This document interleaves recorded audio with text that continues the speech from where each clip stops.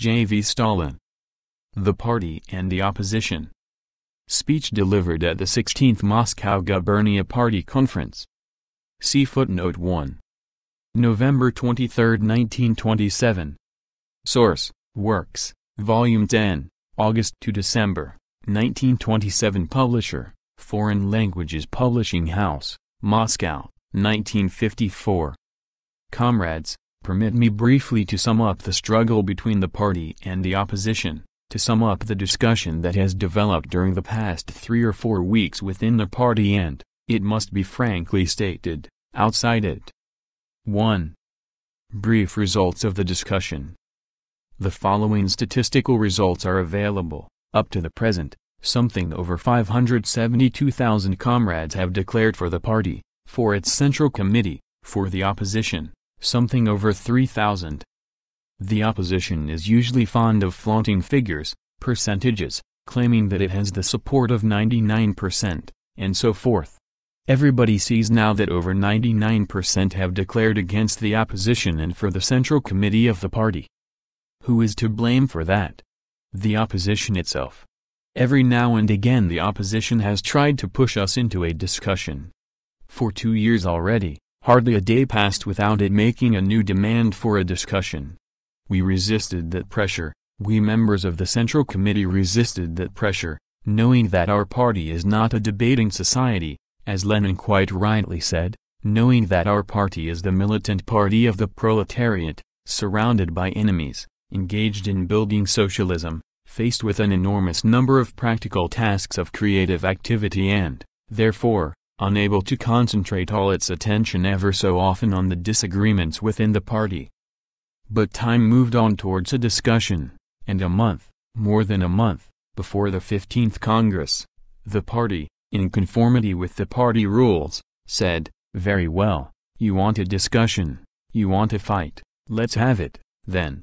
And here is the result: over 99% for the party, for its Central Committee, less than 1% for the opposition. The opposition's bluff has been called 100%, so to speak. It may be said that this result is not decisive. It may be said that besides the party there is also the working class and the masses of the laboring peasantry. It may be said that here, in this sphere, the results have not yet been summed up. That is not true, comrades. The results have been summed up in this sphere too. What were the November 7th demonstrations in all the cities and villages throughout our vast country? Were they not all tremendous demonstration of the working class, of the laboring sections of the peasantry, of the Red Army and the Red Navy, for our party, for the government, and against the opposition, against Trotskyism? Is not the ignominy that the opposition called down upon its own head on the 10th anniversary of October, is not the unanimity with which the millions of working people greeted the party and the government on the day, proof that not only the party, but also the working class, not only the working class, but also the laboring sections of the peasantry, not only the laboring sections of the peasantry, but also the entire army and the entire navy, stand like a rock for the party, for the government and against the opposition, against the disorganizers? Prolonged applause. What more results do you need? There you have, comrades, a brief summing up of the struggle between the party and the opposition, between the Bolsheviks and the opposition, the struggle that developed within the party and later, through the opposition's own fault, went beyond the borders of the party. How is this ignominious defeat of the opposition to be explained? It is a fact that no other opposition in the history of our party since the Bolsheviks took power has ever suffered such an ignominious defeat. We know about the opposition of the Trotskyists in the period of the Brest Peace.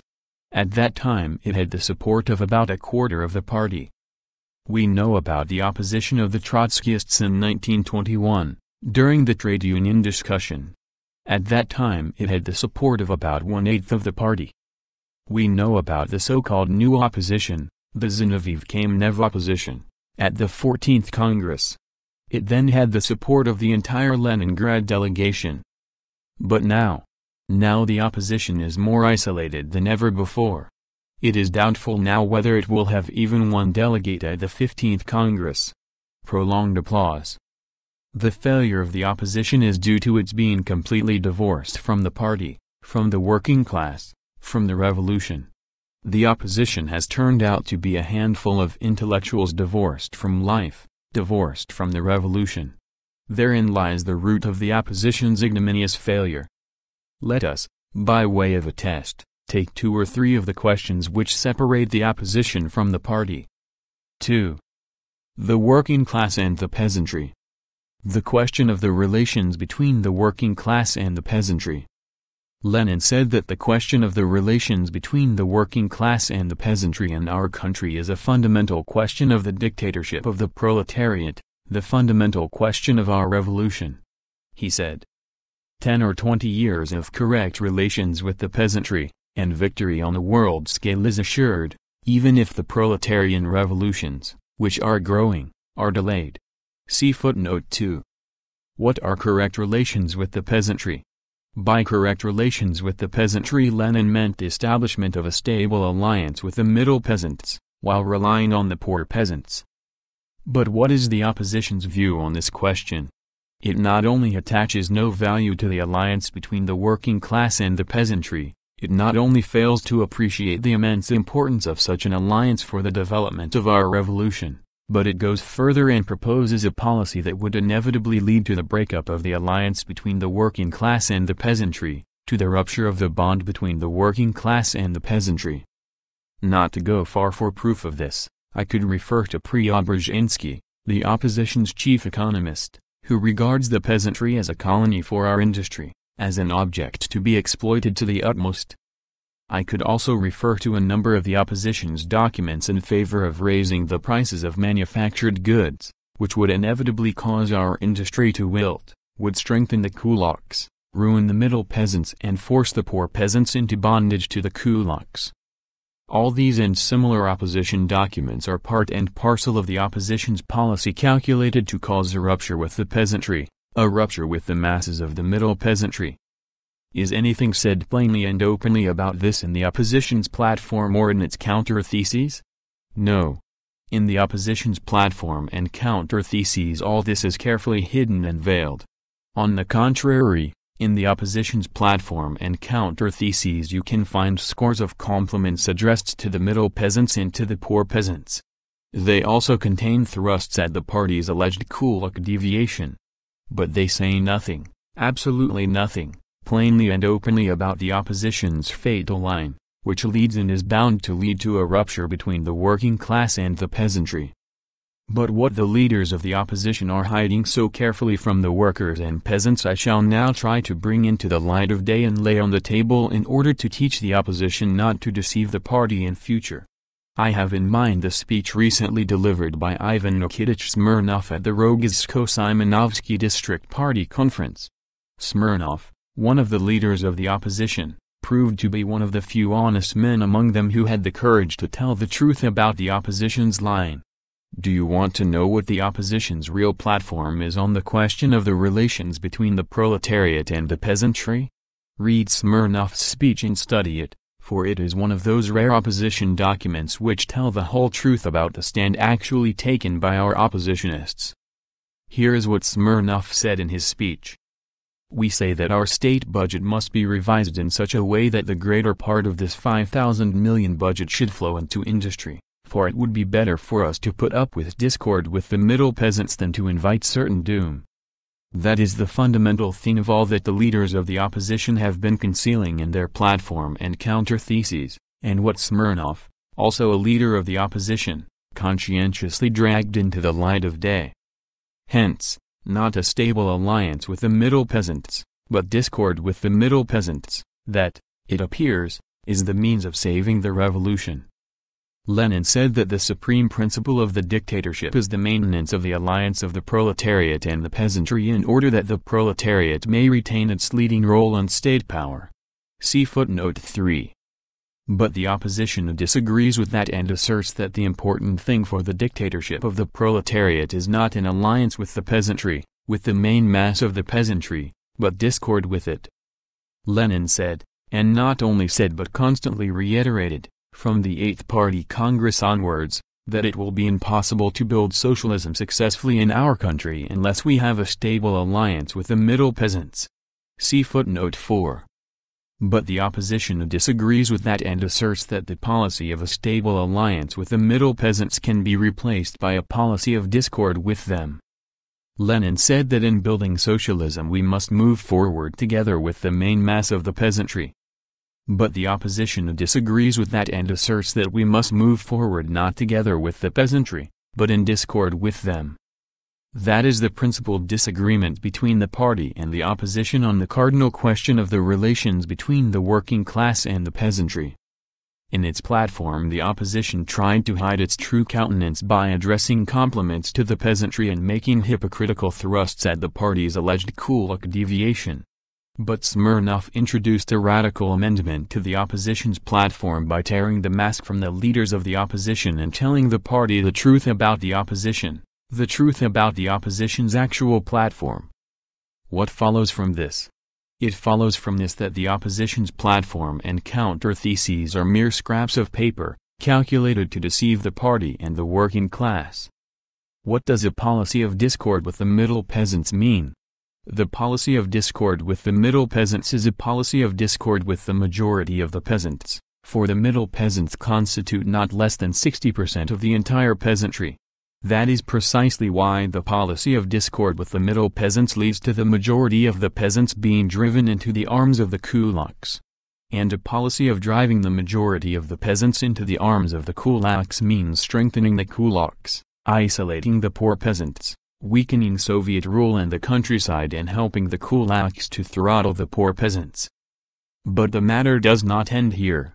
To pursue a policy of discord with the majority of the peasantry means starting civil war in the countryside, making it difficult for our industry to be supplied with the raw materials produced by the peasants, cotton, sugar beet, flax, hides, wool, etc., disorganizing the supply of agricultural produce for the working class, shattering the very foundations of our light industry, disrupting our entire work of construction, disrupting our whole plan of industrializing the country.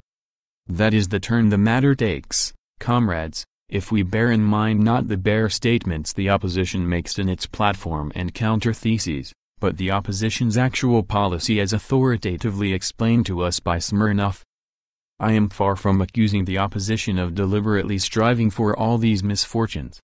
It is not, however, a matter of what the opposition desires and is striving for, but of the results that must inevitably follow from the opposition's policy of discord with the middle peasantry. The same thing is happening to the opposition here as happened with the bear in Krylov's fable The Hermit and the Bear. Laughter. It goes without saying that the bear's intention in smashing the head of his friend the hermit with a lump of rock was to deliver him from the importunate fly. The bear was prompted by the friendliest motives. Nevertheless, the bear's friendly motives led to an action that was far from friendly, and for which the hermit paid with his life. Of course, the opposition wishes the revolution nothing but good. But to achieve this it proposes such means as would result in the utter defeat of the revolution, in the utter defeat of the working class and the peasantry, in the disruption of all our work of construction. The opposition's platform is a platform for the rupture of the alliance between the working class and the peasantry, a platform for the disruption of all our work of construction, a platform for the disruption of the work of industrialization. 3.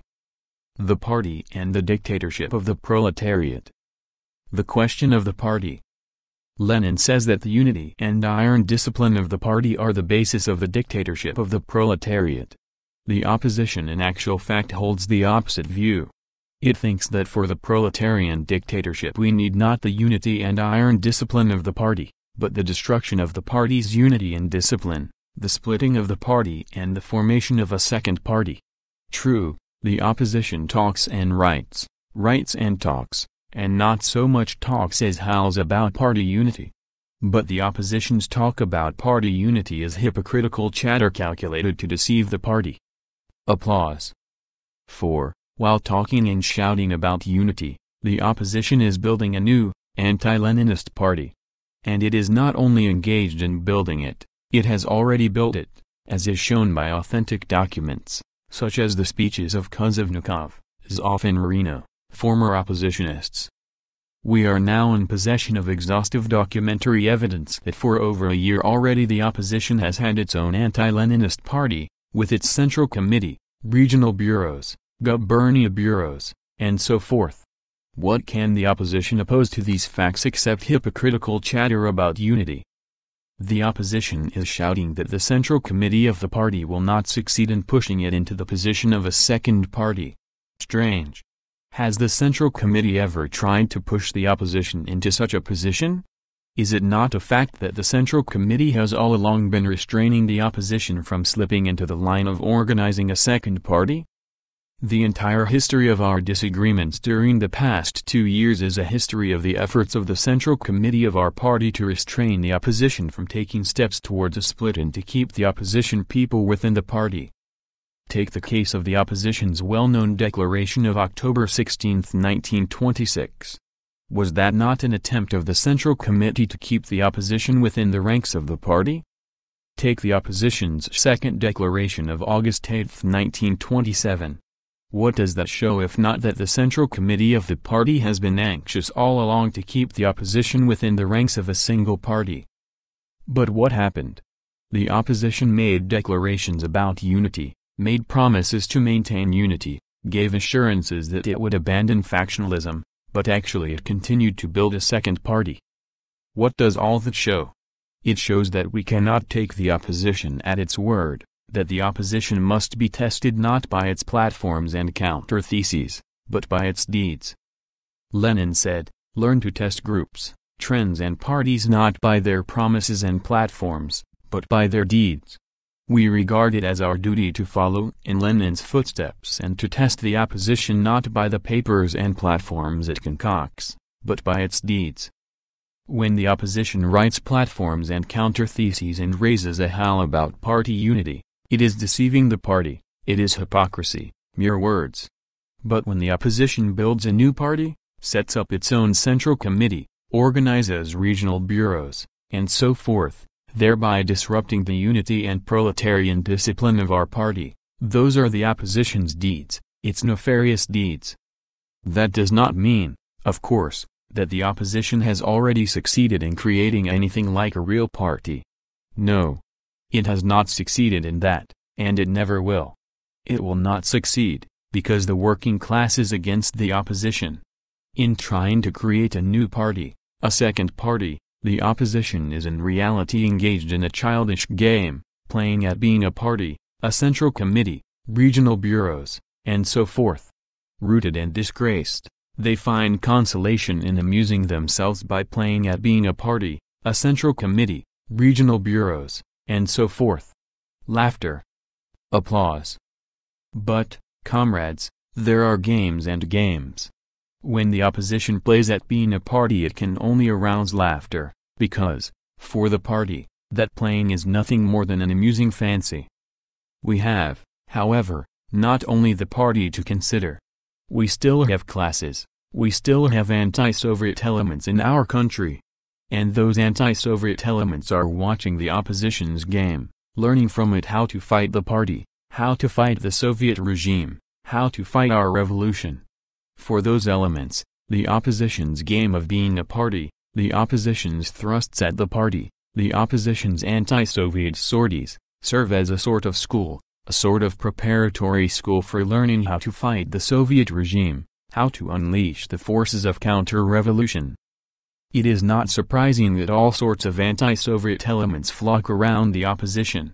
Herein lies the danger of the opposition's game of being a party.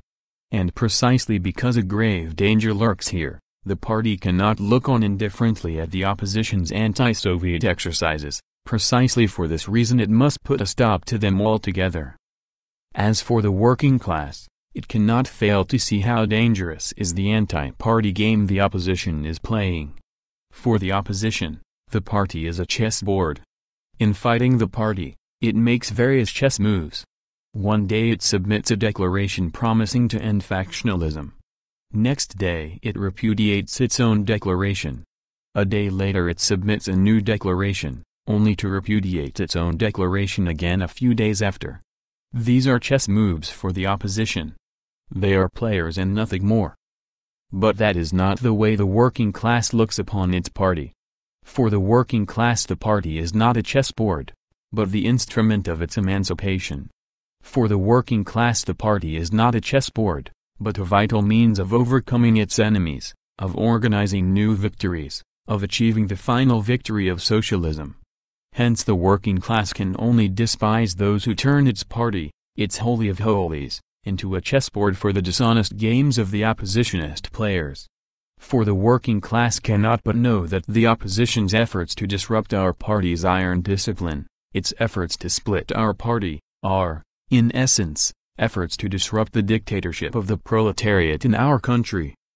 The opposition's platform is a platform for wrecking our party, a platform for disarming the working class, a platform for unleashing the anti-Soviet forces, a platform for disrupting the dictatorship of the proletariat. 4. The prospects of our revolution. Let us pass to the third question, the question of the prospects of our revolution. The characteristic feature of the whole line of the opposition is disbelief in the strength of our revolution, disbelief in the proletariat's strength and capacity to lead the peasantry, disbelief in the strength and capacity of the working class to build socialism. I have already quoted the passage from Smirnov's speech about the inevitable doom of our revolution if we do not establish discord with the middle peasantry. This is not the first time that we have heard the songs of the opposition about the doom of the revolution. This is not the first time that in the opposition's declarations we have encountered continual whining and consternation in face of difficulties, predictions of the twilight and collapse of our revolution. From the time that the opposition's factional policy began to suffer defeat after defeat, the opposition has not ceased shouting about the doom of our revolution, making out the doom of its own group to be the doom of the revolution. The opposition has only to find itself in the minority, to get a drubbing from the party, for it to rush into the street and start shouting about the doom of the revolution and to utilize all possible difficulties against the party. As early as in the period of the Brest Peace, in 1918, when the revolution was experiencing certain difficulties, Trotsky, after being defeated by the party at the 7th Congress, began to shout about the doom of our revolution. But the revolution did not perish, and Trotsky's prophecies remained empty prophecies. In 1921, in the period of the trade union discussion, when we were faced with new difficulties arising from the abolition of the surplus appropriation system, and Trotsky suffered another defeat, at the 10th Party Congress, he again began to shout about the doom of the revolution. I well remember Trotsky asserting at a meeting of the Political Bureau, in Lenin's presence, that the Soviet regime had sung its swan song, that its days and hours were numbered. Laughter, but the revolution did not perish, the difficulties were overcome, and the hysterical fuss about the doom of the revolution remained mere fuss. I don't know whether the days and hours were numbered at that time or not, but if they were, all I can say is, they were numbered incorrectly. Applause, laughter. In 1923, in a period of new difficulties, this time arising out of NEP, in the period of the market crisis, Trotsky again began a swan song about the doom of the revolution, making out the defeat of his own group at the 13th Conference of our party to be the defeat of the revolution. The revolution, however, ignored this swan song and overcame the difficulties facing it at that time. In 1925–26, in a period of new difficulties arising from the progress of our industry, Trotsky, this time in chorus with Kamenev and Zinoviev, again began the swan song about the doom of the revolution, making out the defeat of his own group at the 14th Congress and after the 14th Congress to be the defeat of the revolution. The revolution, however, had no intention of dying. The self-styled prophets were pushed into the background and the difficulties were overcome, as always, as in the past, for Bolsheviks look upon difficulties not as something to wail and whine over, but as something to overcome. Loud applause. Now, at the end of 1927, owing to the new difficulties in the period of the reconstruction of our whole economy on a new technical basis, they have again begun a swan song about the doom of the revolution, trying, in this way, to cover up the actual doom of their own group. But, comrades, You all see that the revolution is alive and thriving, while it is others who are perishing.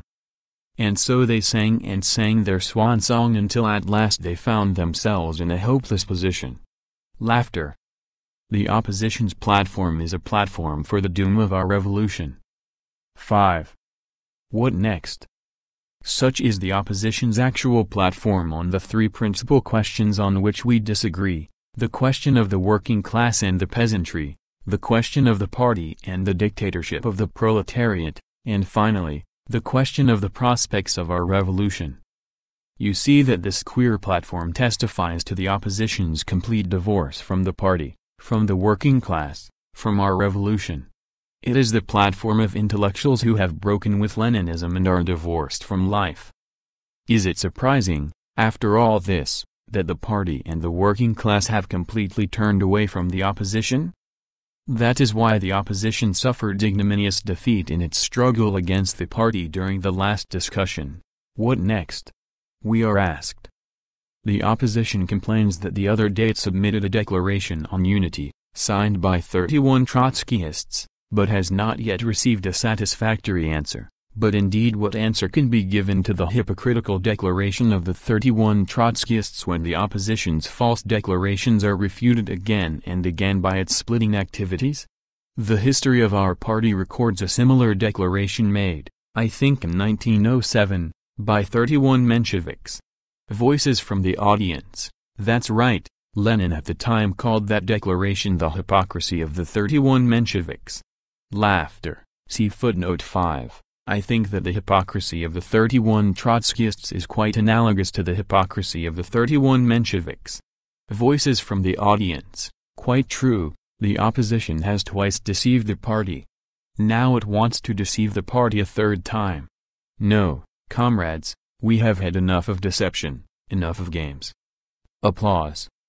What next? The limit has been reached, comrades, for the opposition has exceeded all bounds of what is permissible in the party. It cannot go on swinging from side to side in two parties at once, in the old, Leninist party, the one and only party, and in the new, Trotskyist party. It must choose between these two parties. Either the opposition itself does away with this second, Trotskyist party, abandoning its anti-Leninist views and frankly condemning its own mistakes before the whole party. Or the opposition fails to do that, in which case we ourselves will do away with the Trotskyist party altogether. Applause. One thing or the other. Either the oppositionists take this necessary step, or they do not do so, and in that case they will be sent flying out of the party. Stormy and prolonged applause. An ovation from the entire hall. The Internationale is sung. Pravda, number 269. November 24, 1927. Notes. 1. The 16th Moscow Gubernia Conference of the CPSUB was held November 20 to 28, 1927. The conference heard reports of the Central Committee and Central Control Commission of the CPSUB, discussed the prospects of the work of economic construction in the Moscow Gubernia in connection with the general plan for the development of the national economy of the USSR, reports of the Moscow Committee and Moscow Control Commission of the CPSUB, a report on work in the countryside, and other questions. J.V. Stalin delivered a speech on November 23, at the morning session of the conference. In its resolution on the report of the Central Committee of the CPSUB, the conference approved the Central Committee's political and organizational activities and also its decisions on the Trotskyist opposition. The conference elected J.V. Stalin as a delegate to the 15th Congress of the CPSUB. 2.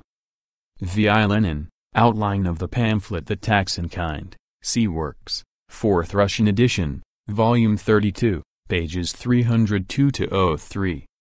3. V.I. Lenin, Report on the Tactics of the RCPB, delivered at the 3rd Congress of the Communist International, July 5, 1921, See Works, 4th Russian edition, Volume 32, page 466. 4. V.I. Lenin, Opening Speech at the 8th Congress of the RCPB, March 18, 1919, See Works, 4th Russian edition, volume 29, page 125. 5. Violin and the Elections in St. Petersburg and the Hypocrisy of the 31 Mensheviks, see works, 4th Russian edition, volume 12, pages 17 to 27. End of The Party and the Opposition, by J. V. Stalin.